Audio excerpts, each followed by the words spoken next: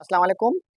आज की वीडियो में हम लेकर आए हैं, अब तक जो भी हम जानकारी आपको दे रहे हैं, उससे आपको क्या-क्या फ़ायदा हो रहा है और इस आज की वीडियो में हम यही बताएँगे कि जो हमने पिछली वीडियो में जानकारी आपको दी, जो आपको सलाह-मशवरे या हिदायत दी, उनके ना मानने से कुछ हमारे अ, इंडिया के हाजियों के साथ जो बर्ताव हो रहा है, उस पर भी हम डिस्कस करेंगे।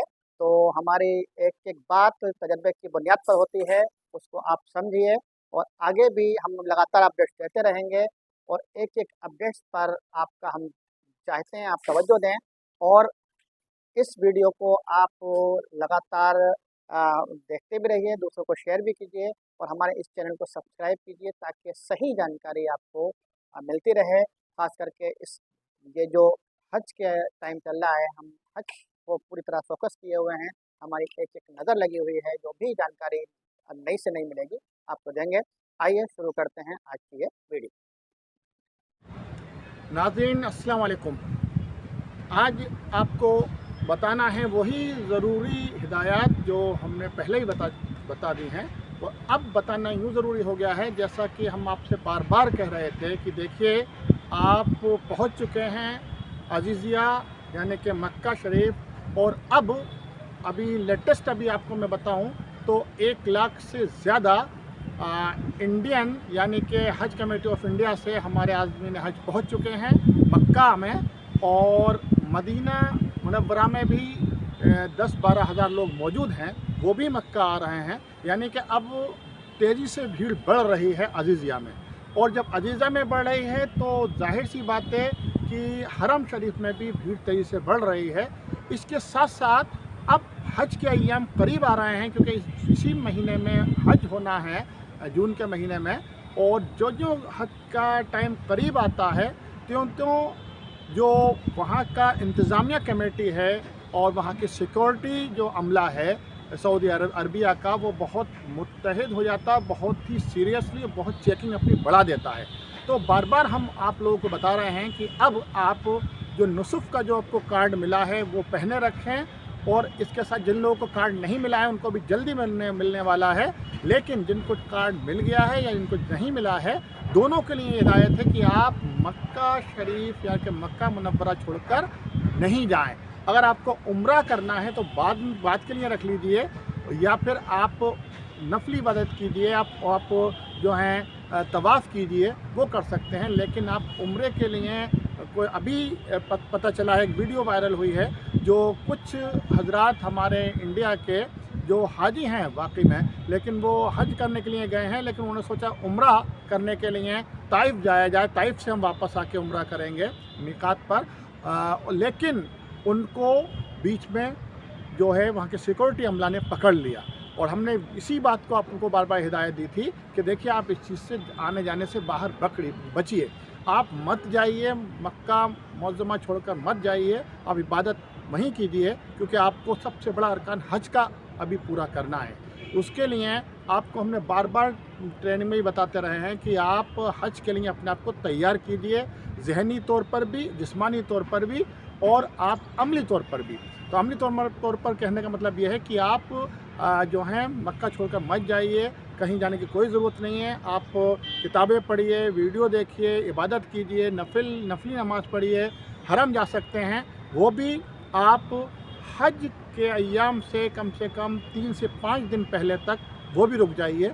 और लास्ट के दिनों में तो बसेस जो सर्विस है वो भी बंद कर दी जाती है ताकि आप आराम कर सकें और हज की तैयारी कर सकें। तो इन बातों का आप ख्याल रखेंगे तो आपका हज का जो अय्याम हैं यानी कि हज के 5 दिन हैं जो आपके मशायर इलाक़े में गुजारने हैं, यानी कि मीना, अरफात, मुज़दलिफ़ा और आप जमरात, इन एरियो में जब आप रहेंगे हज के 5 दिनों में तो उसके लिए आपको तैयार होना है। और वहाँ का टेम्परेचर भी लगातार बढ़ता जा रहा है, 29 से 42 डिग्री सेल्सियस तक टेम्परेचर पहुँच चुका है, अभी और बढ़ने के इम्कानात हैं। तो उसके लिए भी आपको अपने आप को अम्ब्रेला रखना है, आप सनग्लास रखना है, एक तौलिया रखें। इसके साथ साथ पानी की बोतल ज़रूर रखें जिसमें पानी ठंडा रहता है काफ़ी देर तक। इन बातों का आप ख्याल रखिए लगातार और अपने आप को तैयार रखिए। हज की तैयारी शुरू कर दीजिए, पढ़ना शुरू कर दीजिए।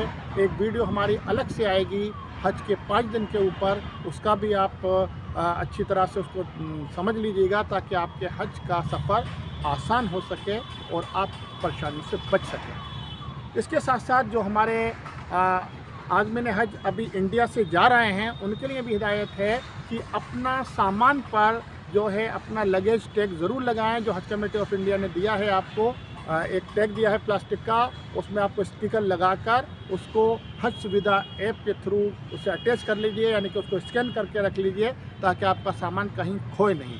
और जो लोग मदीने से मक्का आ रहे हैं, वो अपने साथ 3 सामान के अलावा और कोई सामान आपका है जो बस में आप ला रहे हों, जिसमें आपका पॉलीथीन या पिट्ठू बैग होता है, उस पर भी आप अपना कवर नंबर, अपना नाम, मोबाइल नंबर ज़रूर लिख दें, चाहे पेन से लिख दें या कोई उस पर आप स्टिकर लगा दें, ताकि आपका सामान मिसप्लेस हो जाए तो मिल जाए। अक्सर होता क्या है, बस में हमारे हाजी जो हैं वो पॉलीथीन या पिट्ठू बैग भूल जाते हैं या कार्टून भूल जाते हैं, फिर वो हमारा मिसप्लेस एरिया में चला जाता है और वहाँ पर आपका एड्रेस न होने की वजह से आप तक नहीं पहुँच पाता है। आप भी परेशान होते हैं और कौंसलर जनरल की टीम भी आपको देने के लिए परेशान होती है, कैसे आप तक पहुंचाया जाए। इसीलिए जिन लोगों का सामान खो गया है वो वहां पर जाएं, मिसप्लेस जो एरिया है, जो डेस्क है, वहां से अपना सामान पहचान बताकर हासिल कर सकते हैं अगर नहीं मिला है। और जो लोग अभी भी बिना बताए किसी के साथ जा रहे हैं मक्का छोड़कर, वो प्लीज़ मेहरबानी करके नहीं जाएं, अपनी हज की तैयारी में लगें, क्योंकि आप उम्रा आप बाद में भी कर सकते हैं। इसके साथ साथ और भी जो भी इबादत आपको करनी है वो आप अजीज़िया में रह के कीजिए या मक्का में जाकर कीजिए।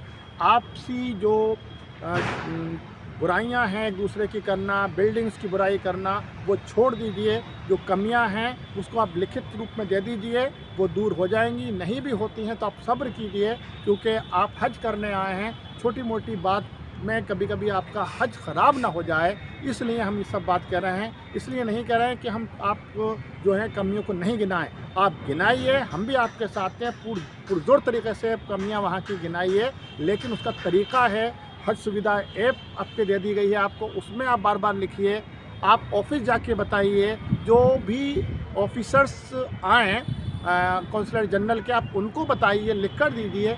इससे ज़्यादा हम और आप क्या कर सकते हैं, वही कीजिए। आप आपस में जो है बातचीत करना, बुराई करना या फिर वीडियो बना कर डालना, एक दूसरे से तनकीद करना, मेहरबानी करके इन चीज़ों से बचना है। क्योंकि आपको कल्बी तौर पर भी, यानी कि आपका रूहानी भी आपको हज के लिए तैयार होना है। हज का मतलब है आपके अंदर बहुत सुधार होना चाहिए। आपको रूहानी सुधार की ज़रूरत है, हम सबको बराबर सुधार की ज़रूरत है। शैतान हमको बार बार जो है बलगलाता रहता है और अभी और बलगलाएगा। हज के बाद भी हमारे हाजियों में बहुत सारे गुस्सा, बहुत सारी शिकायतें, बहुत सारी इस तरह की कमियां देखने में पिछले सालों में आती रही हैं। तो आप उससे सबक सीखिए, आप उसका हिस्सा मत बनिएगा, आप इबादत करिएगा। और कहा भी जाता है कि कम बोलना, कम खाना, कम सोना अक्लमंदी की निशानी है। तो इस पर आप अमल कीजिए, इंशाअल्लाह ताला आपका सफ़र हज का बहुत आसान रहे, मुबारक सफ़र है। आप हमारे लिए भी दुआ कीजिए और हम भी आप लोगों के लिए दुआगो हैं कि आपका सफ़र बहुत खुशगवार माहौल में हो और अच्छी तरह आप वतन वापसी आएँ। और मुझको भी दुआ में याद रखिए। मैं अलीगढ़ से जुल्फ़िकार आपकी खिदमत में लगातार बना रहूँगा। शुक्रिया।